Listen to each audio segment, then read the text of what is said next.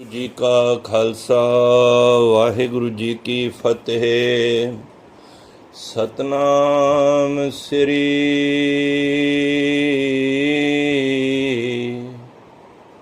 ਵਾਹਿਗੁਰੂ ਸਾਹਿਬ JIO.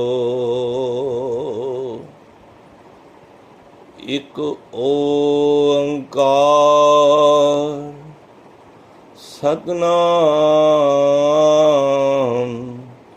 ਕਰਤਾ ਪੁਰਖ ਨਿਰਭਉ ਨਿਰਵੈਰ ਅਕਾਲ ਮੂਰਤ ਅਜੂਨੀ ਸੈਭੰ ਗੁਰ ਪ੍ਰਸਾਦ। ਸਭ ਅਵਗੁਣ ਮੈਂ ਗੁਣ ਨਹੀਂ ਕੋਈ, ਕਿਉਂ ਕਰ ਕੰਤ ਮਿਲਾਵਾ ਹੋਈ। ਨਾ ਮੈਂ ਰੂਪ ਨਾ ਬੰਕੇ ਨੈਣਾ, ਨਾ ਕੁਲ ਢੰਗ ਨਾ ਮਿੱਠੇ ਬਹਿਣਾ। ਸੱਚ ਅਗਮ ਅਗੋਚਰ ਅਗਮ ਗੋਚਰ ਸੱਚ ਸਾਹਿਬ ਮੇਰਾ। ਨਾਨਕ ਬੋਲੇ ਬੁਲਾਇਆ ਤੇਰਾ।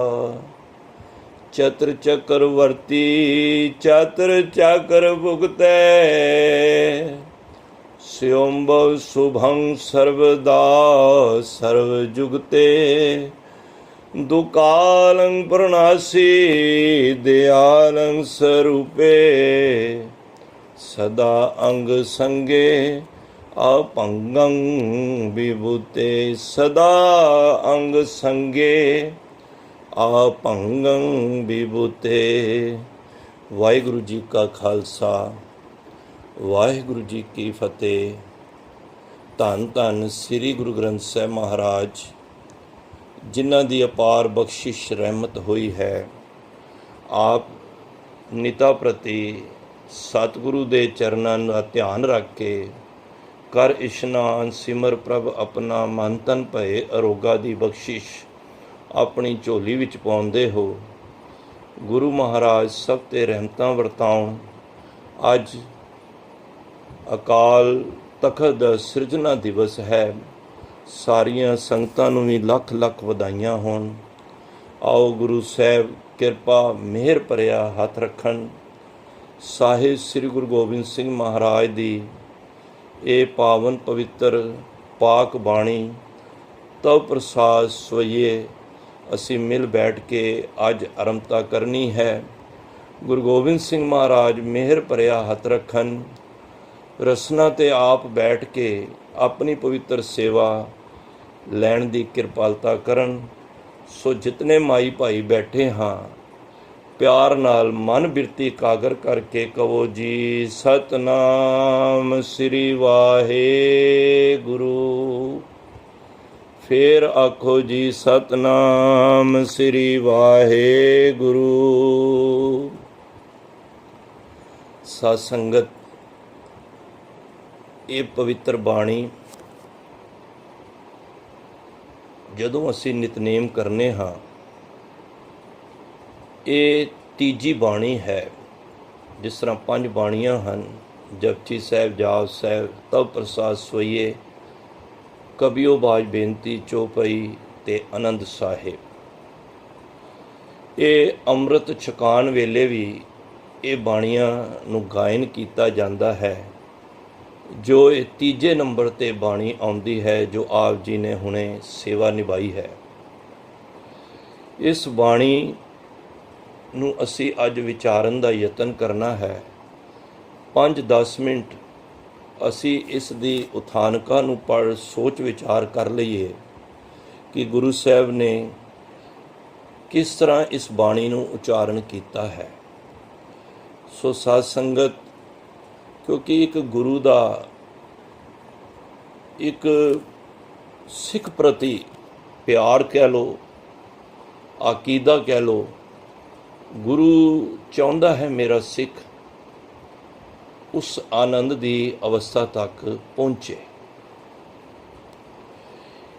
ਇਹ ਗੁਰੂ ਸਾਡੇ ਤੇ ਮਿਹਰ ਭਰਿਆ ਹੱਥ ਰੱਖਦਾ ਹੈ, ਉਦੋਂ ਅਸੀਂ ਇਹ ਅਵਸਥਾ ਪ੍ਰਾਪਤ ਹੁੰਦੀ ਹੈ।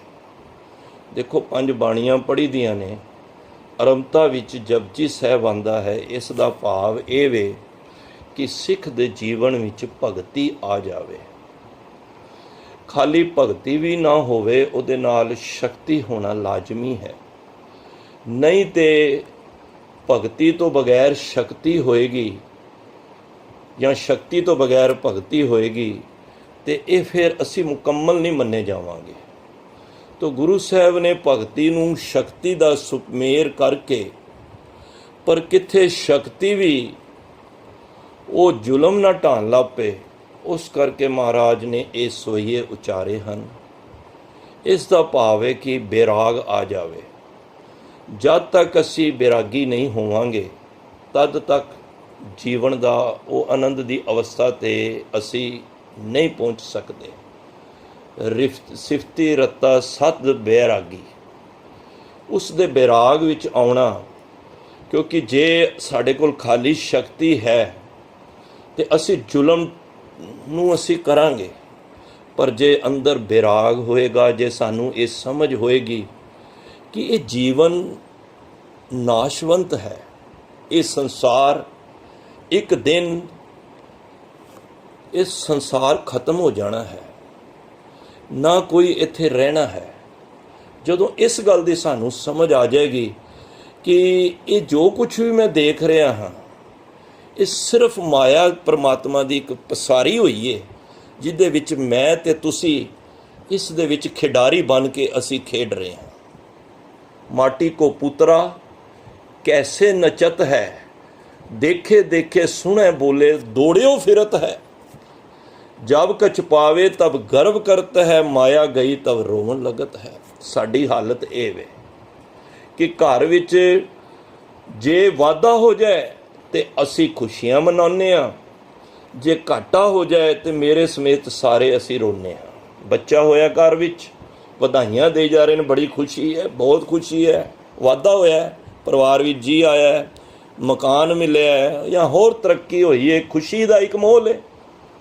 ਪਰ ਜਦੋਂ ਪਰਮਾਤਮਾ ਇਹ ਚੀਜ਼ ਲੈਂਦਾ ਹੈ, ਵਾਪਸ ਲੈਂਦਾ ਹੈ, ਫਿਰ ਜਬ ਕਛ ਪਾਵੇ ਤਬ ਗਰਵ ਕਰਤ ਹੈ, ਮਾਇਆ ਗਈ ਤਬ ਰੋਵਣ ਲੱਗਤ ਹੈ। ਜਦੋਂ ਇਹ ਮਾਏ ਧੀਆਂ ਪੁੱਤਰ ਜਦ ਲੈ ਜਾਂਦਾ ਆਪਣਾ, ਫਿਰ ਅਸੀਂ ਰੋਂਦੇ ਹਾਂ। ਤੋ ਜਿਸ ਦਿਨ ਸਾਨੂੰ ਇਸ ਗੱਲ ਦੀ ਸਮਝ ਆ ਗਈ ਕਿ ਇਹ ਸੰਸਾਰ ਨਾਸ਼ਵੰਤ ਹੈ, ਇਹਨੇ ਨਾਸ਼ ਹੀ ਹੋ ਜਾਣਾ ਹੈ, ਉਸ ਵੇਲੇ ਸਾਡੇ ਅੰਦਰ ਇੱਕ ਬੈਰਾਗ ਆਏਗਾ। ਦੇਖੋ, ਸ਼ਕਤੀ ਔਰ ਭਗਤੀ ਦੇ ਸੁਮੇਰ ਦੇ ਨਾਲ ਬੈਰਾਗ ਹੋਣਾ ਬੜਾ ਜ਼ਰੂਰੀ ਹੈ। ਜਿਨ੍ਹਾਂ ਵਿੱਚ ਬੈਰਾਗ ਨਹੀਂ ਨਾ, ਉਹ ਫਿਰ ਪਰਮਾਤਮਾ ਅੱਗੇ ਬੇਨਤੀ ਵੀ ਨਹੀਂ ਕਰ ਸਕਦੇ। ਜਦੋਂ ਸਾਡੇ ਅੰਦਰ ਬੈਰਾਗ ਆਏਗਾ, ਫਿਰ ਸਾਡੇ ਅੰਦਰੋਂ ਉਹਦੇ ਪ੍ਰਤੀ ਬੇਨਤੀ ਨਿਕਲਣਗੀਆਂ, ਇਹ ਪਰਮਾਤਮਾ ਮੇਰੇ ਤੇ ਹੁਣ ਕਿਰਪਾ ਕਰ, ਹਮਰੀ ਕਰੋ ਹਾਥ ਦੇ ਰੱਛਾ।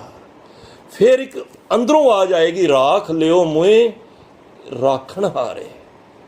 ਤੇ ਜਦੋਂ ਇਹ ਬੇਨਤੀ ਕੋਈ ਕਰਦਾ ਹੈ, ਫਿਰ ਗੁਰੂ ਨਾਨਕ ਦੇ ਘਰ ਵਿੱਚ ਉਸ ਨੂੰ ਉਹ ਅਵਸਥਾ ਪ੍ਰਾਪਤ ਹੁੰਦੀ ਹੈ, ਉਹ ਵੇ ਆਨੰਦ ਦੀ, ਜਿਹੜਾ ਤੁਸੀਂ ਹੁਣੇ ਬਾਣੀ ਪੰਜੋ ਪੜ੍ਹੀ ਹੈ। ਇਹ 5 ਬਾਣੀਆਂ ਦਾ ਸੁਮੇਰ ਹੀ ਸਾਨੂੰ ਇਸ ਗੱਲ ਦਾ ਪ੍ਰਤੀਕ ਹੈ। ਗੁਰੂ ਸਾਹਿਬ ਸਾਨੂੰ ਭਗਤੀ, ਸ਼ਕਤੀ, ਬੈਰਾਗ ਤੇ ਬੇਨਤੀ ਕਰਾ ਕੇ ਤੇ ਸਾਨੂੰ ਉਸ ਪਰਮ ਆਨੰਦ ਦੀ ਅਵਸਥਾ ਵਿੱਚ ਲਿਆਉਣਾ ਚਾਹੁੰਦੇ ਹਨ। ਔਰ ਜੋ ਅੱਜ ਸੰਸਾਰ ਵਿੱਚੋਂ ਇਹ ਸਭ ਕੋਲੋਂ ਖੋਇਆ ਗਿਆ ਹੈ, ਭਾਵੇਂ ਅਸੀਂ ਜਿਤਨੇ ਮਰਜ਼ੀ ਧਾਰਮਿਕ ਬਣੀ ਜਾ ਰਹੇ ਹਾਂ, ਪਰ ਅਸੀਂ ਅੰਦਰੋਂ ਸ਼ਾਂਤ ਨਹੀਂ ਹਾਂ, ਅੰਦਰੋਂ ਆਨੰਦ ਵਿੱਚ ਨਹੀਂ ਹਾਂ। ਤਾਂ ਗੁਰੂ ਸਾਹਿਬ ਨੇ ਇਹ ਬਾਣੀ ਪਾਵਨ ਪਵਿੱਤਰ ਧਰਤੀ ਸ੍ਰੀ ਪੌਂਟਾ ਸਾਹਿਬ ਵਿਖੇ ਉਚਾਰੀ ਹੈ। ਦੇਖੋ, ਬਾਣੀ ਤੇ ਮਹਾਰਾਜ ਨੇ ਇਹ 10ਮ ਗ੍ਰੰਥ ਦੀ ਬਾਣੀ ਹੈ, ਅਕਾਲ ਉਸਤਤ ਦੀ, ਜੋ ਕਿ 21 ਬੰਦ ਤੋਂ ਲੈ ਕੇ 30 ਬੰਦਾਂ ਤੱਕ ਇਸ ਦੇ ਵਿੱਚ 10ਮ ਗ੍ਰੰਥ ਵਿੱਚ ਇਹ ਬਾਣੀ ਹੈ। 13 ਤੋਂ 15 ਅੰਕਾਂ ਵਿੱਚ ਤੁਸੀਂ ਦਰਸ਼ਨ ਕਰ ਸਕਦੇ ਹੋ। ਮਹਾਰਾਜ ਨੇ ਜੇ ਗ੍ਰੰਥ ਉਚਾਰਿਆ ਤਾਂ ਇਹ ਗ੍ਰੰਥ ਦੇਖੋ ਬਰਾਬਰੀ ਨਹੀਂ ਹੈ ਗੁਰੂ ਗ੍ਰੰਥ ਸਾਹਿਬ ਦੀ। ਇਹ ਸਾਡੇ ਵਾਸਤੇ ਅਭਿਆਸ ਦਾ, ਅਸੀਂ ਇਸ ਨੂੰ ਅਭਿਆਸ ਕਰਨਾ ਹੈ। ਕਿਉਂਕਿ ਦੇਖੋ ਗੁਰੂ ਗ੍ਰੰਥ ਸਾਹਿਬ ਦੇ 1430 ਅੰਕ ਨੇ, महाराज ने इस दे अंक भी 1428 रखे ने, 2 अंक घट, बराबरी नहीं। कई कहते हैं कि ये बाणी जिहड़ी है वो बहुत तमाम कवियां दी है, पर नहीं साध संगत, इस दे विच उस परमात्मा की उस्तत है ते 10 गुरुआं बारे इस बाणी विच है। हाँ है सी बाणी काफ़ी जिहड़ी कवियां ने उचारी सी, पर वो साडा एक बड़ा एक जिस तरह सरसा जदों चढ़ी हुई सी ते साडा ये बड़ा एक कीमती ग्रंथ विद्या सागर जिहड़े 52 कवि सन उन्हां दी रचनावां ज़्यादातर लिखत वो सरसा दे भेटा चढ़ गईयां सन। सो ये मेरा विषय नहीं, चलो असी अपने विषय ते आइए। तो गुरु साहब आनंदपुर साहब पौंटा साहब आउण जाण लग्या रहिंदा सी। एक दिन समा आया, उस वेले 22 धार दे राजे भी आए। 22 धार दे राजे समझने असी जिस तरह पहाड़ां दे विचों वो एक धारां वेंज निकलदियां ने जिहड़ियां अलग अलग 22 तरह दियां, उस तरह दियां उन्हां दियां स्टेटां सन। वो 22 तरह के राजे सन ते वो बड़े राजे, पहाड़ी राजे, महाराजे भी उत्थे आए हुए सन। उत्थे मैं कहां जैनी भी, बोधी भी, होर धार्मिक लोग, जोगी लोग, सिद्ध लोग पौंटा साहब की धरती ते आए हुए सन। ते उस वेले साध संगत एक असम तो राजा जो कि रतन राय अपनी माता स्वर्णमती दे नाल आया सी। ये वो राजा है जदों गुरु तेग बहादुर साहब पटना साहब तो चल के असम वाल 2 राजियां की संधि कराने वास्ते चले सन। उस वेले ये राजे नाल जदों मेल होया ते महाराज इस दे महल विच रहे, उसका नाम सी राम राय। उस राम राय राजे दे उस महल विच रहे ते जान वक़्त महाराज अगे बेनती की, घर भुचंगी दी दात नहीं है, बड़े आए ने पर किसी ने खैर नहीं पाई। उस वेले गुरु तेग बहादुर साहब बाबा जी हाथ विच एक अंगूठी पाई हुई सी, जो हाथ विच करके कभी इस हाथ तो उधर हाथ रख रहे से, कभी जिस तरह आम असी बैठे अंगूठी हाथ चों कढ़ के असी कई बारी इधर उधर भी करते रहने हैं। महाराज के हाथ च अंगूठी सी, वो महाराज ने उस राम राय दे पट दे उत्ते छापी रखी जिस तरह। ते एक महाराज ने बचन किए, भाई जेड़ा तेरे घर पुत्र होएगा ना, उस दे मत्थे दे उत्ते एक ओंकार दा निशान होएगा। इतिहास से साध संगत मनु खिमा कर देना। ते देखो महाराज ने जिस तरह कई कहते ना ये करामातां या ये गल्लां नहीं ने, तुसी देखो महाराज दे के ते भाई भगतू भी ते बाबा आदम दे घर विच होए सन। हुण बंदा कहंदा 50-55 तो बाद पिता नहीं बन सकदा, पर वडेरी उम्र दा 60 दे नेड़े हो के बाबा आदम नूं धन गुरु रामदास पातशाह ने बख्शिश करके घर पुत्र दी दात पहला ही नाम रख दिता। दुनिया दे पुत्र आन तो बाद रखते ने, पर गुरु साहब गुरु रामदास पातशाह ने कहा कि मेरे घर जिहड़ा चौथा पुत्र होना सी, वो भाई आदम जी तुहाडी सेवा तो त्रुट के एक पुत्र तुहाडे घर आएगा जिदा नाम भाई भगतू रखा जाएगा। तो उहदी अंश फिर बाबा बंदा सिंह बहादुर दे भी बाबा जिहड़ा फतेह सिंह सी उहदी औलाद पोतरे तो पोतरा जदों होया, जिन्हें वजीद खान दा 2 टोटे कीते सन। सो इतिहास बड़ा लंबा है, इधर ना जाइए। तो रतन उस वेले राम राय नूं ये महाराज बचन करके चले गए। उहदे घर समा पा के भुचंगी दी दात गुरु ने बख्शिश की बचना करके, एक साध बचन अटलादा। तो गुरु महाराज की बख्शी दे सदके जदों बच्चा वड्डा हो रहा सी, उहदा नाम रखिया रतन राय। ते एक दिन शीशे दे मोहरे खड़ो के वेखदा है मेरे मत्थे ते निशान कादा है, एक ओंकार लिखा है, क्योंकि महाराज की अंगूठी ते एक ओंकार लिखिया सी। माँ कोलों पुछदा है, माँ ये निशान मेरा क्यों है, कदों पिया है? ਫਿਰ ਮਾਂ ਨੇ ਸਾਰੀ ਗੱਲ ਦੱਸੀ ਕਿ ਗੁਰੂ ਤੇਗ ਬਹਾਦਰ ਬਾਬਾ ਜੀ ਸਾਡੇ ਇਸ ਮਹਿਲਾਂ ਵਿੱਚ ਆਏ ਸਨ, ਤੋ ਉਹਨਾਂ ਦੀ ਬਖਸ਼ਿਸ਼ ਦੇ ਸਦਕੇ, ਉਹਨਾਂ ਦੀ ਬਚਨਾਂ ਦੇ ਸਦਕੇ ਤੁਹਾਡਾ ਇਹ ਤੇਰਾ ਜਨਮ ਹੋਇਆ ਹੈ। ਮਹਾਰਾਜ ਨੇ ਫਿਰ ਇਹ ਬਚਨ ਕੀਤੇ ਹਨ। ਉਸ ਵੇਲੇ ਰਤਨ ਰਾਏ ਆਪਣੀ ਮਾਂ ਨੂੰ ਕਹਿੰਦਾ, ਮੈਨੂੰ ਫਿਰ ਉਸ ਗੁਰੂ ਦੇ ਦਰਸ਼ਨ ਕਰਾਓ। ਪਰ ਮਹਾਰਾਜ ਤੇ ਲੋਕ ਪਿਆਨਾ ਕਰ ਗਏ ਨੇ, ਉਹਨਾਂ ਦੇ ਜਿਹੜੇ ਗੱਦੀ ਨਸ਼ੀਨ ਨੇ ਧੰਨ ਗੁਰੂ ਗੋਬਿੰਦ ਸਿੰਘ ਮਹਾਰਾਜ ਨੇ, ਉਹ ਮਿਲਣਗੇ ਅਨੰਦਪੁਰ ਆਨੰਦੇ ਦੀ ਧਰਤੀ ਤੇ। ਮਾਂ ਦੇ ਨਾਲ ਫਿਰ ਇਹ ਰਤਨ ਰਾਏ ਚੱਲ ਕੇ ਅਨੰਦਪੁਰ ਦੀ ਧਰਤੀ ਤੋਂ ਫਿਰ ਰਿਹਾ ਬੜਾ ਚਿਰ ਉੱਥੇ। ਫਿਰ ਇਹ ਪ੍ਰਸ਼ਾਦੀ ਹਾਥੀ ਨਾਲ ਲੈ ਕੇ ਗਿਆ, ਕਿਉਂਕਿ ਜਦੋਂ ਵੀ ਗੁਰੂ ਘਰ ਵਿੱਚ ਜਾਓ, ਮੈਂ ਅਕਸਰ ਬੇਨਤੀ ਕਰਨਾ, ਕੁਝ ਨਾ ਕੁਝ ਖਾਲੀ ਹੱਥ ਕਦੀ ਨਾ ਜਾਇਆ ਕਰੋ। ਜੇ ਮਾਇਆ ਪੱਖੋਂ ਭਾਵੇਂ ਤੁਸੀਂ 10 ਦਾ ਪ੍ਰਸ਼ਾਦ 20 ਦਾ ਕਰਾਓ ਜਾਂ ਕੁਛ, ਜੇ ਇਹ ਵੀ ਨਹੀਂ ਹੈ, ਕੁਛ ਵੀ ਨਹੀਂ, ਸਮਰੱਥਾ ਨਹੀਂ ਹੈ, ਭਾਵੇਂ ਕੁਛ ਵੀ ਨਹੀਂ ਹੈ, ਘੱਟੋ ਘੱਟ ਇੱਕ ਪਾਠ ਚੌਪਈ ਸਾਹਿਬ ਦਾ ਮੂਲ ਮੰਤਰ ਗੁਰ ਮੰਤਰ ਕਰਕੇ ਇਹ ਭੇਟਾ ਵੀ ਸਤਿਗੁਰੂ ਦੇ ਅੱਗੇ ਭੇਟਾ ਕਰਕੇ ਵੀ ਤੁਹਾਡੀ ਪ੍ਰਵਾਨ ਹੋ ਜਾਏਗੀ। ਕਿਉਂਕਿ ਭਾਵਨੀ ਭਗਤ ਪਾਏ ਕੋਡੀ ਅਗਰ ਭਾਗ ਰਾਖੇ, ਤਾਹੀਂ ਗੁਰ ਸਰਮ ਨਿਧਾਨ ਦਾਨ ਦੇਤ ਹੈ। ਗੁਰੂ ਤੇ ਭਾਵਨਾ ਵੇਖਦਾ ਹੈ। ਤੁਸੀਂ ਭਾਵੇਂ ਕੋਡੀ ਵੀ ਰੱਖੋ ਤੇ ਭਾਵੇਂ ਲੱਖ ਰੁਪਏ ਦਾ ਸਿਹਰਾ ਵੀ ਚੜਾਓ। ਸੋ ਉਸ ਵੇਲੇ ਇਹ ਪ੍ਰਸ਼ਾਦੀ ਹਾਥੀ, ਪੰਜ ਕਲਾ ਸ਼ਸਤਰ, ਚੌਂਕੀ, ਇਹ ਸਾਰਾ ਸਮਾਨ ਲੈ ਕੇ ਅਨੰਦਪੁਰ ਦੀ ਧਰਤੀ ਤੇ ਪਹੁੰਚਿਆ। ਮਹਾਰਾਜ ਨੂੰ ਵੇਖ ਕੇ ਬੜਾ ਹੀ ਖੁਸ਼ ਹੋਇਆ। ਇਹ ਚੀਜ਼ਾਂ ਭੇਟਾਂ ਕੀਤੀਆਂ, ਬੜਾ ਸਮਾਂ ਰਿਹਾ। ਪੌਂਟਾ ਸਾਹਿਬ ਵੀ ਮਹਾਰਾਜ ਦੇ ਨਾਲ। ਤੇ ਉਸ ਵੇਲੇ ਜਦ ਚੱਲਣ ਲਗਾ ਇਹ ਰਤਨ ਰਾਏ, ਤੇ ਗੁਰੂ ਗੋਬਿੰਦ ਸਿੰਘ ਮਹਾਰਾਜ ਨੂੰ ਕਹਿੰਦਾ, ਮਹਾਰਾਜ ਹੁਣ ਜਾਣ ਦਾ ਦਿਲ ਤੇ ਨਹੀਂ ਹੈ, ਪਰ ਮੈਂ ਇੱਕ ਬੇਨਤੀ ਕਰ ਰਿਹਾ ਵਾਂ ਕਿ ਮੈਂ ਅੱਗੇ ਜਾ ਕੇ ਰਾਜਪਾਲ ਸਮਾਨਾ ਹੈ, ਤੇ ਮੇਰੇ ਉੱਤੇ ਇੰਨੀ ਕਿਰਪਾ ਕਰੋ ਕਿ ਮੈਂ ਰਾਜ ਮਹਿਲਾਂ ਦੇ ਵਿੱਚ ਜਾਂ ਇਸ ਰਾਜ ਨੂੰ ਸੰਭਾਲਦੇ ਹੋਏ ਇਹਦੇ ਵਿੱਚ ਖਚਤ ਨਾ ਹੋ ਜਾਵਾਂ। ਮੇਰੀ ਸੁਰਤੀ ਪਰਮਾਤਮਾ ਦੇ ਨਾਲ ਟਿਕੀ ਰਵੇ। ਉਸ ਵੇਲੇ ਧੰਨ ਗੁਰੂ ਗੋਬਿੰਦ ਸਿੰਘ ਮਹਾਰਾਜ ਨੇ ਇਹ ਬਚਨ ਕੀਤੇ। ਹਾਲਾਂਕਿ ਬਚਨ ਤੇ ਕੀਤੇ, ਪਰ ਕਹਿੰਦੇ ਨਾ, ਪ੍ਰਥਾਏ ਸਾਖੀ ਬੋਲਦੇ, ਮਹਾਂਪੁਰਖ ਬੋਲਦੇ, ਸਾਂਝੀ ਸਗਲ ਜਹਾਨੇ। ਬੋਲਦੇ ਤੇ ਕਿਸੇ ਇੱਕ ਨੂੰ ਨੇ, ਪਰ ਉਹਦਾ ਜਿਹੜਾ ਭਾਵ ਅਰਥ ਹੈ ਉਹ ਸਾਡੀ ਸਾਰੀ ਮਨੁੱਖਤਾ ਦੇ ਭਲੇ ਵਾਸਤੇ ਹੁੰਦਾ ਹੈ। ਜੇ ਕਿਸੇ ਨਾਲ ਮੁਖਾਤਿਬ ਕਰਕੇ ਗੁਰੂ ਸਾਹਿਬ ਗੱਲ ਕਰਦੇ ਨੇ ਨਾ, ਗੁਰਬਾਣੀ ਵਿੱਚ ਅੰਕਿਤ ਹੈ, ਉਹ ਫਿਰ ਉਸ ਵਾਸਤੇ ਨਹੀਂ ਹੈ, ਉਹ ਸਾਰਿਆਂ ਵਾਸਤੇ ਹੈ। ਸੋ ਜਿਸ ਆਂਦਾ ਪੰਡਿਤ ਬਾਰੇ ਆਂਦਾ, ਸੋ ਪੰਡਿਤ ਜੋ ਮਨ ਪ੍ਰਬੋਧੇ।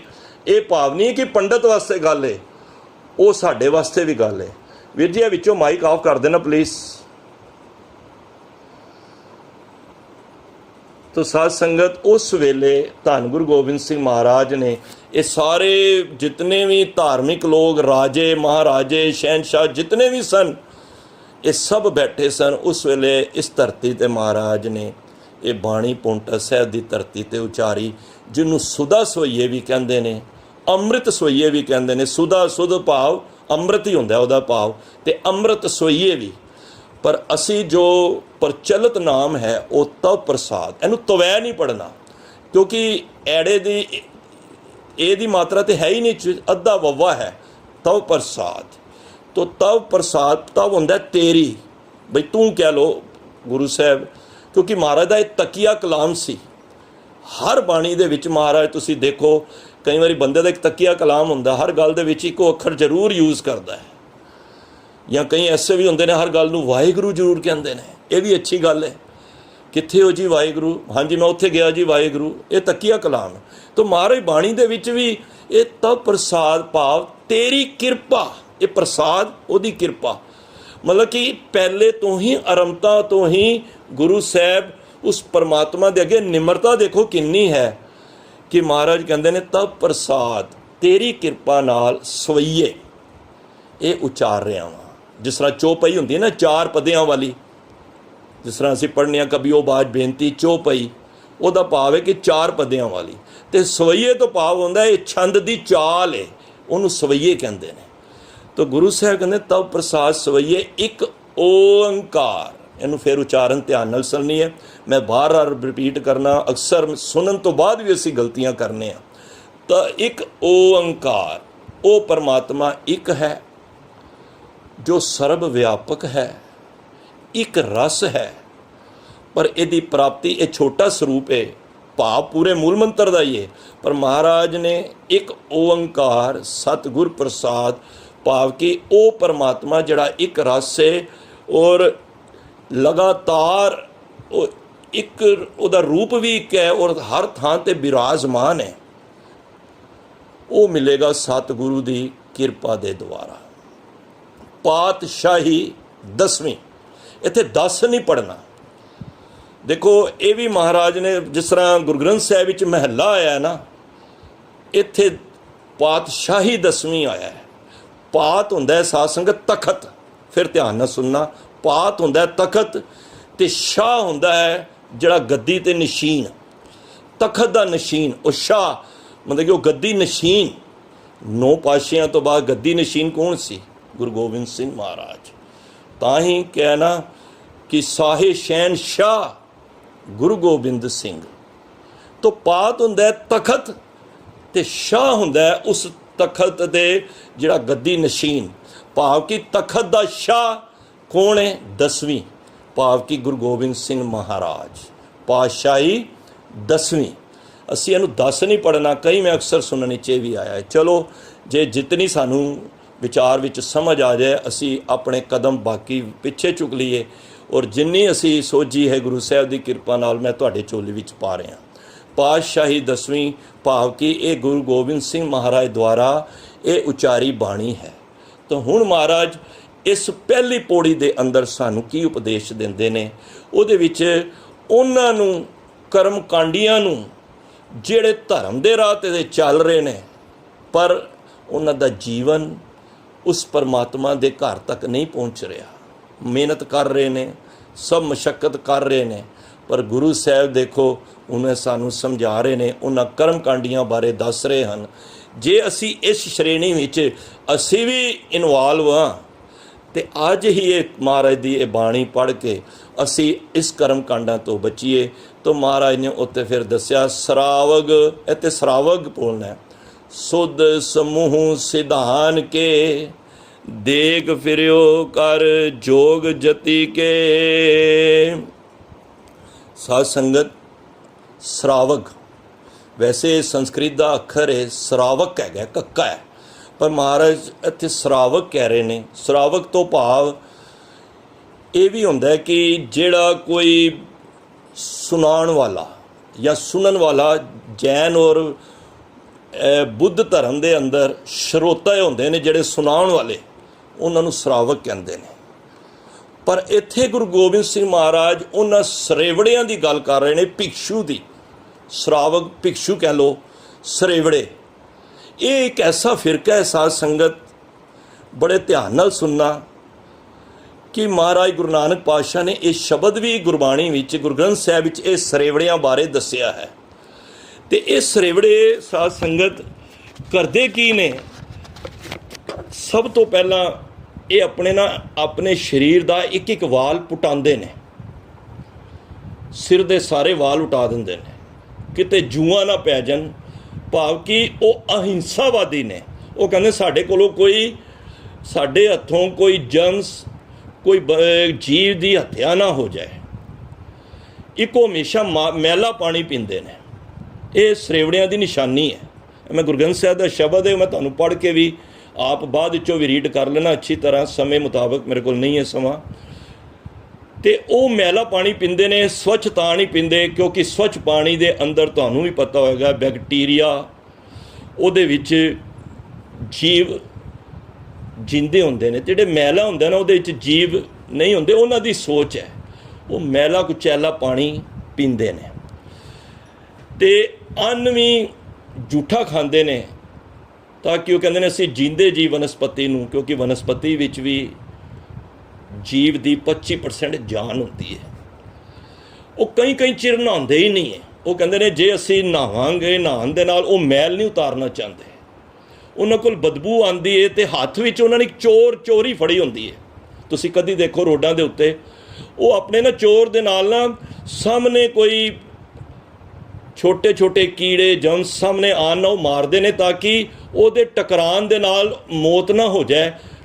ਜਾਂ ਪੈਰ ਵੀ ਨੰਗੇ ਰਹਿੰਦੇ ਨੇ, ਕਿੱਥੇ ਉਹ ਪੈਰਾਂ ਦੇ ਥੱਲੇ ਕੋਈ ਕੀੜਾ ਮਕੌੜਾ ਆ ਕੇ ਮਰ ਨਾ ਜਾਏ। ਮੂੰਹ 'ਤੇ ਵੀ ਪੱਟੀ ਪਾਈਏ, ਕਿਤੇ ਉਹ ਮੂੰਹ 'ਤੇ ਆ ਕੇ ਅੰਦਰ ਨਾ ਚਲੇ ਜਾਣ, ਜਿਹਦੇ ਕਰਕੇ ਸਾਡੀ ਜੀਵ ਹੱਤਿਆ ਨਾ ਹੋ ਜਾਏ। ਤੋ ਪੈਰ ਵੀ ਨੰਗੇ ਰਹਿੰਦੇ ਨੇ।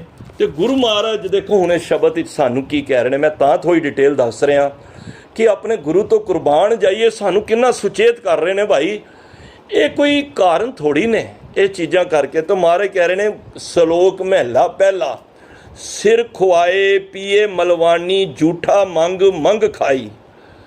ਮਹਾਰਾਜ ਕਹਿੰਦੇ ਨੇ ਪਹਿਲਾਂ ਤਾਂ ਸਿਰ ਮੁੰਡਵਾ ਲੈਂਦੇ ਨੇ ਅਤੇ ਮੈਲਾ ਪਾਣੀ ਪੀਂਦੇ ਨੇ ਅਤੇ ਹੋਰਨਾਂ ਦੇ ਘਰਾਂ ਵਿੱਚ ਜਾ ਕੇ ਬਾਰ-ਬਾਰ ਮੰਗਦੇ ਨੇ, ਭਿਕਸ਼ੂ ਨੇ ਨਾ। ਅਤੇ ਅੱਗੇ ਚੱਲ ਕੇ ਮਹਾਰਾਜ ਕਹਿੰਦੇ ਨੇ, ਫੋਲ ਫਦੀਅਤ ਮੂੰਹ ਲੈਣ ਪੜਾਸਾ, ਪਾਣੀ ਦੇਖ ਸੰਗਾਈ। ਪਾਣੀ ਹੈ ਨਾ ਜਿਹੜਾ, ਉਹ ਮੂੰਹ 'ਚ ਵਾੜ ਲੈ ਕੇ ਲੈਂਦੇ ਨੇ। ਇੱਦਾਂ ਗੰਦੇ ਮੈਲੇ ਕੁਚੈਲੇ ਬੰਦੇ ਲੋਕ ਨੇ। ਤਾਂ ਮਹਾਰਾਜ ਕਹਿੰਦੇ ਨੇ, ਭੇਡਾਂ ਵਾਂਗੀ ਸਿਰ ਖੁਆਇਨ। ਇਹ ਭੇਡਾਂ ਹਾਰ ਸਿਰ ਮਨਵਾ ਲੈਂਦੇ ਨੇ ਆਪਣਾ।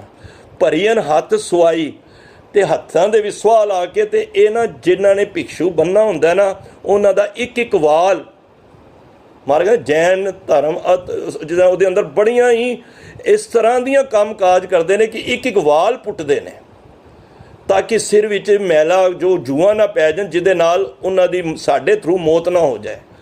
ਤਾਂ ਗੁਰੂ ਸਾਹਿਬ ਕਹਿੰਦੇ ਨੇ, ਮਾਓ ਪੀਓ ਕਿਰਤ ਗਵਾਇਨ, ਟੱਬਰ ਰੋਵਣ ਤਾਹੀ। ਪਰ ਮਹਾਰਾਜ ਗੁਰੂ ਨਾਨਕ ਪਾਤਸ਼ਾਹ ਕਹਿੰਦੇ ਨੇ, ਇਹ ਤੇ ਭਿਕਸ਼ੂ ਬਣ ਗਏ, ਸਰੇਵੜੇ ਬਣ ਗਏ, ਘਰ-ਬਾਰ ਤਿਆਗ ਦਿੱਤਾ, ਗ੍ਰਸਤੀ ਤਿਆਗ ਦਿੱਤੀ। ਜਿਨ੍ਹਾਂ ਮਾਤਾ ਪਿਤਾ ਨੇ ਇਹਨਾਂ ਨੂੰ ਜੰਮਿਆ ਸੀ, ਜਿਨ੍ਹਾਂ ਨੇ ਆਸ ਰੱਖੀ ਸੀ, ਤੁਸੀਂ ਵੀ ਬੱਚਿਆਂ 'ਤੇ ਆਸ ਰੱਖਦੇ ਹੋ ਨਾ, ਪੜ੍ਹਾਵਾਂਗੇ, ਪੜ੍ਹ ਕੇ ਇਹ ਵੱਡੀ ਅਹੁਦੇ 'ਤੇ ਹੋਣਗੇ, ਫਿਰ ਸਾਡੀ ਸੇਵਾ ਕਰਨਗੇ। ਅਤੇ ਗੁਰੂ ਪਾਤਸ਼ਾਹ ਕਹਿੰਦੇ ਨੇ, ਮਾਓ ਪੀਓ ਕਿਰਤ ਗਵਾਇਨ। ਉਹ ਮਾਂ ਪਿਓ ਤਾਂ ਫਿਰ ਰੋਂਦੇ ਨੇ, ਟੱਬਰ ਰੋਵਣ ਤਾਈ। ਉਹ ਸਾਰਾ ਟੱਬਰ ਤਾਂ ਰੋਂਦਾ ਹੁੰਦਾ ਕਿ ਇਹ ਕੀ ਕਰ ਰਿਹਾ, ਅਤੇ ਉਹਦਾ ਕੀ ਫਾਇਦਾ ਜੇ ਸਾਰਾ ਟੱਬਰ ਰੋਂਦਾ ਹੋਵੇ ਅਤੇ ਅਸੀਂ ਘਰ-ਬਾਰ ਛੱਡ ਕੇ ਅਤੇ ਅਸੀਂ ਇਸ ਕਰਮ ਕਾਂਡਾਂ ਦੇ ਵਿੱਚ ਲੱਗ ਜਾਈਏ। ਅਤੇ ਗੁਰੂ ਸਾਹਿਬ ਕਹਿੰਦੇ ਨੇ, ਉਹਨਾਂ ਪਿੰਡ ਨਾ ਪੱਤਲ ਕਿਰਿਆ, ਨਾ ਦੀਵਾ ਮੂਏ ਕਿਥਾਊ ਪਾਹੀ, 68 ਤੀਰਥ ਦੇਨ ਨਾ ਢੋਈ, ਬ੍ਰਾਹਮਣ ਅੰਨ ਨਾ ਖਾਈ, ਸਦਾ ਕੁਚੀਲ ਰਹੇ ਦਿਨ ਰਾਤੀ। ਸਦਾ ਮੈਲੇ ਰਹਿੰਦੇ ਨੇ, ਉਹਨਾਂ ਕੋਲ ਬੋਝ ਆਉਂਦੀ ਹੈ। ਤੁਸੀਂ ਉਹਨਾਂ ਦੇ ਕੋਲ ਕਦੀ ਜਾਓ ਨਾ, ਉਹਨਾਂ ਕੋਲ ਤੁਹਾਨੂੰ ਬੜੀ ਬਦਬੂ ਆਏਗੀ। ਮੱਥੇ ਟਿੱਕੇ ਨਹੀਂ, ਉਹਨਾਂ ਦੇ ਮੱਥੇ ਦੇ ਉੱਤੇ ਤਿਲਕ ਵੀ ਨਹੀਂ ਲਾਉਂਦੇ। ਹਰ ਤਰ੍ਹਾਂ ਦੇ ਫਿਰਕੇ ਨੇ, ਕਈ ਤਿਲਕ ਵੀ ਲਾਉਂਦੇ ਨੇ। ਤਾਂ ਮਹਾਰਾਜ ਕਹਿੰਦੇ, ਝੁੰਡੀ ਪਾਏ ਬਹਨ ਨਿਤ ਮਰਨੈ, ਦੜ ਦੀਵਾਨ ਨਾ ਜਾਹੀ। ਇਹ ਸਾਰੀਆਂ ਗੱਲਾਂ ਮਹਾਰਾਜ ਦੱਸ ਕੇ ਪਤਾ ਕੀ ਕਹਿੰਦੇ ਨੇ, ਨਾ ਹੋਏ ਜੋਗੀ, ਨਾ ਹੋਏ ਜੰਗਮ, ਨਾ ਹੋਏ ਕਾਜੀ, ਨਾ ਮੁੱਲਾ। ਨਾ ਇਹ ਜੋਗੀਆਂ ਵਾਲੀ ਰੀਤ ਹੈ, ਨਾ ਜੰਗਮਾਂ ਵਾਲੀ ਹੈ, ਨਾ ਕੋਈ ਕਾਜੀ ਵਾਲੀ ਰੀਤ ਹੈ। ਦੇ ਵਿਗੋਏ ਫਿਰੇ ਵਿਗੂਤੇ, ਫਿੱਟਾ ਵੱਤੇ ਗੱਲਾਂ। ਇਹ ਬੰਦਗੀ ਦੇ ਵਿੱਚ ਸਾਰਾ ਆਵਾ ਉਤਿਆ ਹੋਇਆ ਹੈ। ਤਾਂ ਗੁਰੂ ਸਾਹਿਬ ਕਹਿੰਦੇ ਨੇ, ਜੀਆਂ ਮਾਰ ਜਿਵਾਲੇ, ਸੋਈ ਅਵਰ ਨਾ ਕੋਈ ਰਾਖੇ। ਜੇ ਮਾਰ ਜਿਵਾਲੇ ਨਾਲ ਇਹਨਾਂ ਸਮਝਦੇ ਨੇ ਮੇਰੇ ਹੱਥੋਂ ਜੀ ਮਰ ਜਾਂਦੇ ਨੇ, ਅਤੇ ਫਿਰ ਉਸ ਪੰਕਤੀ ਦੇ ਕੀ ਅਰਥ ਕਰੋਗੇ, ਮਾਰੇ ਰਾਖੇ ਇੱਕੋ ਆਪ। ਤੋ ਇਹ ਸੋਚ ਅਸੀਂ ਨਾ ਲਿਆਈਏ ਜੋ ਸੁਭਾਵਿਕ ਮਰ ਰਹੇ ਨੇ। ਅਸੀਂ ਹੁਣ ਤੁਸੀਂ ਦਹੀਂ ਖਾਂਦੇ ਹੋ, ਜੇ ਤੁਸੀਂ ਧਿਆਨ ਨਾਲ ਦੇਖੋ ਕਿੰਨੇ ਹੀ ਅਸੀਂ ਜੀਵ ਖਾ ਜਾਂਦੇ ਹਾਂ। ਇਹ ਇੱਕ ਕਿਰਿਆ ਬਣੀ ਹੋਈ ਹੈ। ਅਤੇ ਜੇ ਅਸੀਂ ਇਸ ਤਰ੍ਹਾਂ ਸੋਚਾਂਗੇ ਤਾਂ ਫਿਰ ਤਾਂ ਅਸੀਂ ਕੁਛ ਵੀ ਨਹੀਂ। ਅਸੀਂ ਤੁਸੀਂ ਸ਼ਬਦ ਪੜ੍ਹੋ, ਪਾਤੀ ਪਾਤੀ ਤੋਰੇ ਮਾਲਣੀ ਵਾਲੇ, ਉਹਦੇ ਵਿੱਚ ਸਾਰਾ ਕੁਛ ਹੀ ਮਹਾਰਾਜ ਨੇ ਲਿਖ ਦਿੱਤਾ ਹੈ।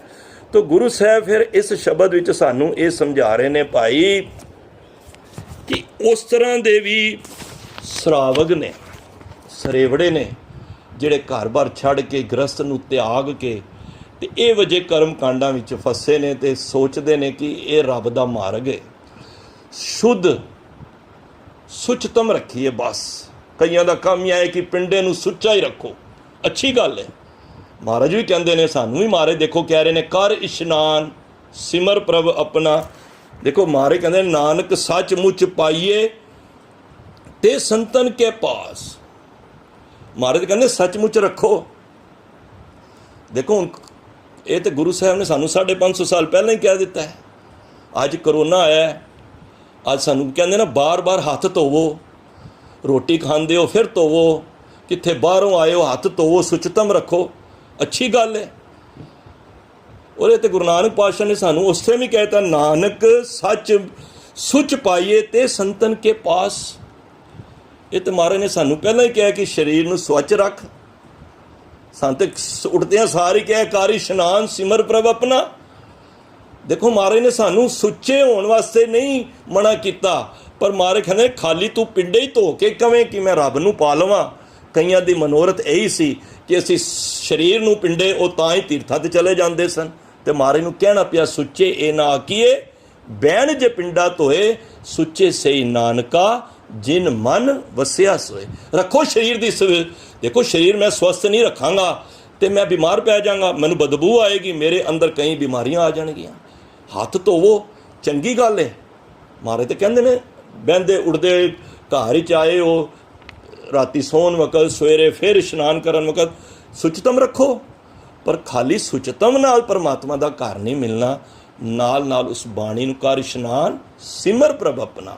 ਤੋ ਸਰਾਵਗ ਸੁਧ ਸਮੂਹ, ਸਮੂਹ ਕਹਿੰਦੇ ਟੋਲੀ ਪੂਰੀ, ਸਿਧਾਨ ਕੇ, ਸਿਧਾਨ ਸਿੱਧਾਂ ਦੇ, ਜਿੱਥੇ ਸਿੱਧ ਹੁੰਦੀ ਹੈ ਸ਼ਕਤੀ, ਤੇ ਅੱਗੋਂ ਲਾ ਲਓ ਦਾਨ, ਘਰ ਉਹਨਾਂ ਦਾ ਸ਼ਕਤੀ ਦਾ ਘਰ, ਭਾਵ ਕਿ ਸਿੱਧਾਂ ਕੋਲ ਬਹੁਤ ਜ਼ਿਆਦਾ ਗਿਣਤੀ ਸੀ ਜਿਨ੍ਹਾਂ ਦੀ, ਜਿਹੜੇ ਕਰਾਮਾਤਾਂ ਦਿਖਾਉਂਦੇ ਸਨ। ਮਹਾਰਾਜ ਉਹਨਾਂ ਦਾ ਵੀ ਜ਼ਿਕਰ ਕਰ ਰਹੇ ਨੇ। ਸੂਰ ਸੁਰਾਦਨ ਸੁਧ ਸੁਦਾਦਕ, ਸਰਾਵਕ ਸੁਧ ਸਮੂਹ ਸਿਧਾਨ ਕੇ, ਦੇਖ ਫਿਰਿਓ ਕਰ ਜੋਗ ਜਤੀ ਕੇ। ਇਹ ਸਾਰੇ ਜਿਤਨੇ ਵੀ ਨੇ ਪਰਮਾਤਮਾ ਦੇ ਨਾਮ ਜਪਣ ਵਾਲੇ, ਆਪਣੇ ਆਪ ਨੂੰ ਕਹਾਉਣ ਵਾਲੇ, ਸਰੇਵੜੇ, ਸਰੀਰ ਨੂੰ ਸੁੱਚ ਰੱਖਣ ਵਾਲੇ, ਸੁਧ, ਤੇ ਇਹ ਜਿਤਨੇ ਸਿਧਾਨ ਨੇ, ਜਿਹੜੇ ਜਿਨ੍ਹਾਂ ਕੋਲ ਸ਼ਕਤੀਆਂ ਨੇ ਨਾਮ ਜਪ ਕੇ, ਮਹਾਰਾਜ ਕਹਿੰਦੇ ਨੇ ਦੇਖ ਫਿਰਿਓ ਘਰ ਜੋਗ ਜਤੀ ਕੇ। ਮੈਂ ਇਹਨਾਂ ਸਾਰਿਆਂ ਨੂੰ ਵੇਖ ਬੈਠਾ ਵਾਂ, ਤੈਨੂੰ ਵੇਖਣ ਦੀ ਲੋੜ ਨਹੀਂ ਹੈ, ਭਾਲਣ ਦੀ ਲੋੜ ਨਹੀਂ ਹੈ। ਜੋਗ, ਇਹ ਜੋਗ ਮਤ ਵੀ ਹੈ। ਜਿਹੜੇ ਬੜੇ ਬੜੇ ਜੋਗ ਕਰਦੇ ਨੇ, ਨਿਉਲੀ ਆਸਨ ਵਗੈਰਾ, ਇਹਨਾਂ ਦਾ ਵੱਡਾ ਗੋਰਖਨਾਥ ਹੈ, ਇਹ ਜੋਗੀਆਂ ਦਾ ਪ੍ਰਮੁੱਖ ਹੈ। ਇਹਨੂੰ ਹੀ ਜਪਦੇ ਰਹਿੰਦੇ ਨੇ, ਗੋਰਖਨਾਥ ਹੀ ਕਰਦੇ ਰਹਿੰਦੇ ਨੇ। ਤੇ ਮਹਾਰਾਜ ਕਹਿੰਦੇ ਨੇ ਮੇਰਾ ਸਿੱਖ ਵੀ, ਮੈਂ ਵੀ ਚਾਹੁੰਦਾ ਜੋਗੀ ਹੋਵੇ, ਪਰ ਜੋਗੀ ਕੈਸਾ ਹੋਵੇ? ਅਨ ਦਿਨ ਜਾਗੇ ਸੱਚ ਲਿਵ ਲਾਵੇ। ਜੋਗੀ ਕੈਸਾ ਹੋਵੇ? ਅਨ ਦਿਨ ਜਾਗੇ ਸੱਚ ਲਿਵ ਲਾਗੇ, ਸੋ ਜੋਗੀ ਮੇਰੇ ਮਨ ਭਾਵੇ। ਮਨ ਤੇ ਉਹ ਜਿਹਾ ਜੋਗੀ ਚਾਹੀਦਾ ਹੈ। ਤੋ ਜੋਗੀ ਵੀ ਮਹਾਰਾਜ ਕਹਿੰਦੇ ਨੇ ਉਹ ਜਿਹੇ ਜੋਗੀ ਕਰ ਜੋਗ ਜਤੀ ਕੇ। ਕਈ ਐਸੇ ਨੇ ਜਿਨ੍ਹਾਂ ਨੇ ਔਰਤ ਨੂੰ ਬਦਖੋਏ, ਔਰਤ ਨੂੰ ਭੰਡਿਆ, ਤੇ ਉਹ ਸਾਰੀ ਉਮਰ ਔਰਤ ਦੇ ਮੱਥੇ ਨਹੀਂ ਲੱਗਦੇ, ਉਹਨਾਂ ਨੂੰ ਕਹਿੰਦੇ ਨੇ ਜਤੀ। ਪਰ ਮਾਰੇ ਤੇ ਕਹਿੰਦੇ ਨੇ ਏਕਾ ਨਾਰੀ ਜਤੀ ਹੋਵੇ, ਪਰ ਨਾਰੀ ਧੀ ਭੈਣ ਵਖਾਨਾ। ਇੱਕ ਨਾਰੀ ਦਾ ਤੂੰ ਜਤੀ ਹੋ, ਭਾਵ ਕਿ ਤੂੰ ਗ੍ਰਸਥ ਵਿੱਚ ਤੇਰਾ ਜਤੀ ਹੋਣਾ ਜ਼ਰੂਰੀ ਹੈ। ਦੇਖੋ 6 ਵੱਡੇ ਜਤੀ ਮੰਨੇ ਗਏ ਨੇ ਸੰਸਾਰ ਦੇ ਵਿੱਚ। ਇੱਕ ਤੇ ਸੀ ਹਨੂਮਾਨ, ਇੱਕ ਸੀ ਭੀਸ਼ਮ ਪਿਤਾਮਾ, ਲਕਸ਼ਮਣ ਹੋ ਗਿਆ, ਗੋਰਖ ਹੋ ਗਿਆ, ਭੈਰਵ ਹੋ ਗਿਆ, ਤੇ ਦੱਦਾ ਤੇ। ਇਹ 6 ਤਰ੍ਹਾਂ ਦੇ ਜਿਹੜੇ ਜਤੀ ਹੋਏ ਨੇ, ਜਿਨ੍ਹਾਂ ਨੇ ਸਾਰੀ ਉਮਰ ਇਸਤਰੀ ਨੂੰ ਸਪਰਸ਼ ਨਹੀਂ ਕੀਤਾ। ਮਹਾਰਾਜ ਉਹਨਾਂ ਨੂੰ ਕਹਿੰਦੇ ਨੇ, ਮੈਂ ਉਹਨਾਂ ਨੂੰ ਵੇਖ ਕੇ ਦੇਖ ਕੇ ਤੁਹਾਨੂੰ ਇੱਕ ਗੱਲ ਕਹਿ ਰਿਹਾ ਵਾਂ। ਮਹਾਰਾਜ ਕੀ ਕਹਿਣਾ ਚਾਹੁੰਦੇ ਨੇ ਅੱਗੇ? ਫਿਰ ਕਹਿੰਦੇ ਨੇ ਸੂਰ ਸੁਰਾਰਦਨ ਸੁਧ ਸੁਦਾਦਕ। ਸੂਰ ਹੁੰਦੇ ਨੇ ਸੂਰਮੇ, ਸੁਰਾਰਦਨ ਮਹਾਰਾਜ ਕਹਿੰਦੇ ਨੇ ਜਿਹੜੇ ਦੇਵਤਿਆਂ ਨੂੰ ਮਾਰਨ ਵਾਲੇ, ਭਾਵ ਦੈਂਤ। ਸੁਧ ਸੁਦਾਦਕ ਜਿਹੜੇ ਅੰਮ੍ਰਿਤ ਪੀਣ ਵਾਲੇ, ਆਪਣੇ ਆਪ ਨੂੰ ਦੇਵਤੇ ਕਹਾਉਣ ਵਾਲੇ। ਸੰਤ ਸਮੂਹ ਅਨੇਕ ਮਤੀ ਕੇ, ਮੈਂ ਅਨੇਕਾਂ ਹੀ ਮਤਾਂ ਦੇ ਸੰਤਾਂ ਨੂੰ ਵੇਖ ਬੈਠਾ ਵਾਂ। ਸਾਰੇ ਹੀ ਦੇਸ਼ ਕੋ ਦੇਖ ਰਹੇ ਹੋ। ਮੈਂ ਮਾਰੇ ਕਹਿੰਦੇ ਨੇ ਸਾਰੇ ਹੀ ਦੇਸ਼ਾਂ ਨੂੰ, ਇਹਨਾਂ ਦੇ ਲੋਕਾਂ ਨੂੰ, ਇਹਨਾਂ ਦੇ ਮਤਾਂ ਨੂੰ, ਇਹਨਾਂ ਦੇ ਧਰਮ ਨੂੰ ਮੈਂ ਵੇਖ ਬੈਠਾ ਵਾਂ। ਕਉ ਨਾ ਦੇਖਿਅਤ ਪ੍ਰਾਣ ਪਤੀ ਕੇ। ਪ੍ਰਾਣ ਹੁੰਦਾ ਸਾਡੇ ਸਵਾਸ, ਪ੍ਰਾਣਾਂ ਦਾ ਸਾਡਾ ਪਤੀ ਕੌਣ ਹੈ? ਗੋਬਿੰਦਾ ਮੇਰੇ ਗੋਬਿੰਦਾ, ਪ੍ਰਾਣ ਆਧਾਰਾ ਮੇਰੇ ਗੋਬਿੰਦਾ। ਸਾਡੇ ਪ੍ਰਾਣਾਂ ਦਾ ਆਧਾਰ ਕੌਣ ਹੈ? ਉਹ ਪਰਮਾਤਮਾ ਹੈ। ਜਦੋਂ ਪ੍ਰਾਣ ਉਹ ਖਿੱਚ ਲੈਂਦਾ ਹੈ ਤੇ ਅਸੀਂ ਫਿਰ, ਇਹ ਸਾਡੀ ਬਾਡੀ ਰਹਿ ਜਾਂਦੀ ਹੈ, ਖਾਲੀ ਮਿੱਟੀ ਰਹਿ ਜਾਂਦੀ ਹੈ। ਤਾਂ ਪ੍ਰਾਣਪਤੀ ਉਹ ਪਰਮਾਤਮਾ ਹੈ। ਮਹਾਰਾਜ ਕਹਿੰਦੇ ਨੇ ਇਹ ਜਿਹੜੇ ਮੈਂ ਗੱਲ ਕਰ ਰਿਹਾ, ਸਰਾਵਕ ਸੁਧ ਸਮੂਹ ਸਿਧਾਨ ਕੇ, ਦੇਖ ਫਿਰਿਓ ਕਰ ਜੋਗ ਜਤੀ ਕੇ, ਸੂਰ ਸੁਰਾਦਨ ਸੁਧ ਸੁਦਾਦਿਕ ਸੰਤ ਸਮੂਹ ਨੇਕ ਮਤੀ ਕੇ। ਸਾਰੇ ਹੀ ਦੇਸ਼ ਕੋ ਦੇਖ ਰਹੇ ਹੋ। ਮੈਂ ਸਾਰੇ ਮਤਾਂ ਨੂੰ ਵੇਖ ਕੇ ਕਹਿ ਰਿਹਾ ਵਾਂ, ਕਉ ਨਾ ਦੇਖਿਤ ਪ੍ਰਾਣਪਤੀ ਕੇ। ਪਰ ਇਹ ਪਰਮਾਤਮਾ ਦੀ ਪ੍ਰਾਣਪਤੀ ਨੂੰ ਮਿਲਣ ਦੀ ਤੇ ਗੱਲ ਹੀ ਨਹੀਂ ਕਰ ਰਹੇ। ਦਰਅਸਲ ਇਹਨਾਂ ਦਾ ਮਕਸਦ ਕੀ ਸੀ ਕਿ ਜੇ ਮੈਂ ਘਰੋਂ ਘਰ-ਬਾਰ ਛੱਡਿਆ, ਜੇ ਮੈਂ ਧਾਰਮਿਕ ਬਣਿਆ ਵਾਂ, ਤੇ ਮੇਰਾ ਕੰਮ ਹੈ ਪਰਮਾਤਮਾ ਦੇ ਨਾਲ ਜੋੜਨ ਦਾ। ਇਹ ਪਰਮਾਤਮਾ ਨਾਲ ਤੇ ਜੋੜ ਹੀ ਨਹੀਂ ਰਹੇ, ਤੇ ਫਿਰ ਗੱਲ ਕਿੱਥੋਂ ਬਣੀ? ਫਿਰ ਇਹਨਾਂ ਦੇ ਨਾਲ ਚੱਲ ਕੇ ਸਾਨੂੰ ਕੀ ਲਾਭ ਹੈ?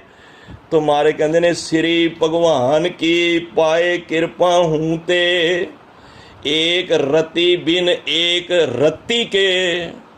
ਸ੍ਰੀ ਹੁੰਦੀ ਮਾਇਆ, ਸ੍ਰੇਸ਼ਟ ਵੀ ਕਹਿ ਲਓ। ਮਾਇਆ ਦਾ ਪਤੀ ਕੌਣ ਹੈ? ਪਰਮਾਤਮਾ। ਸ੍ਰੀ ਭਗਵਾਨ, ਉਹ ਪਰਮਾਤਮਾ ਕੀ ਭਾਏ। ਮਹਾਰਾਜ ਕਹਿੰਦੇ ਨੇ, ਜੇ ਉਹਦੇ ਪ੍ਰਤੀ ਤੇਰੀ ਸ਼ਰਧਾ ਨਹੀਂ ਹੈ, ਜੇ ਇਹ ਹੁਣ ਜਿਤਨੇ ਕਰਮ ਕਾਂਡ ਮਹਾਰਾਜ ਨੇ ਉੱਤੇ ਦੱਸੇ ਨੇ ਨਾ, ਇਹਦਾ ਨਿਚੋੜ ਹੈ ਇਸ ਪੌੜੀ ਦਾ। ਸ੍ਰੀ ਭਗਵਾਨ ਕੀ ਭਾਏ ਕਿਰਪਾ ਹੂੰ ਤੇ, ਜੇ ਉਸ ਪਰਮਾਤਮਾ ਦੇ ਪ੍ਰਤੀ ਸਾਡਾ ਵਿਸ਼ਵਾਸ ਭਰੋਸਾ ਨਹੀਂ ਹੈ, ਜੇ ਭਰੋਸਾ ਨਹੀਂ ਹੈ ਤਾਂ ਫਿਰ ਕਿਰਪਾ ਵੀ ਨਹੀਂ ਹੋਣੀ। ਤਾਂ ਕਿਰਪਾ ਹੂੰ ਤੇ, ਉਹਦੀ ਕਿਰਪਾ ਤੋਂ ਬਗੈਰ ਫਿਰ ਅੱਗੇ ਗੱਲ ਨਹੀਂ ਬਣਨੀ। ਮਹਾਰਾਜ ਕਹਿੰਦੇ ਨੇ, ਏਕ ਰਤੀ ਬਿਨ ਏਕ ਰਤੀ ਕੇ। ਮਹਾਰਾਜ ਕਹਿੰਦੇ ਨੇ, ਇਹਦੇ ਵਿੱਚ ਇੱਕ ਰਤੀ ਹੋ ਗਿਆ ਪਿਆਰ, ਤੇ ਅੱਗੇ ਕਹਿੰਦਾ ਰਤੀ।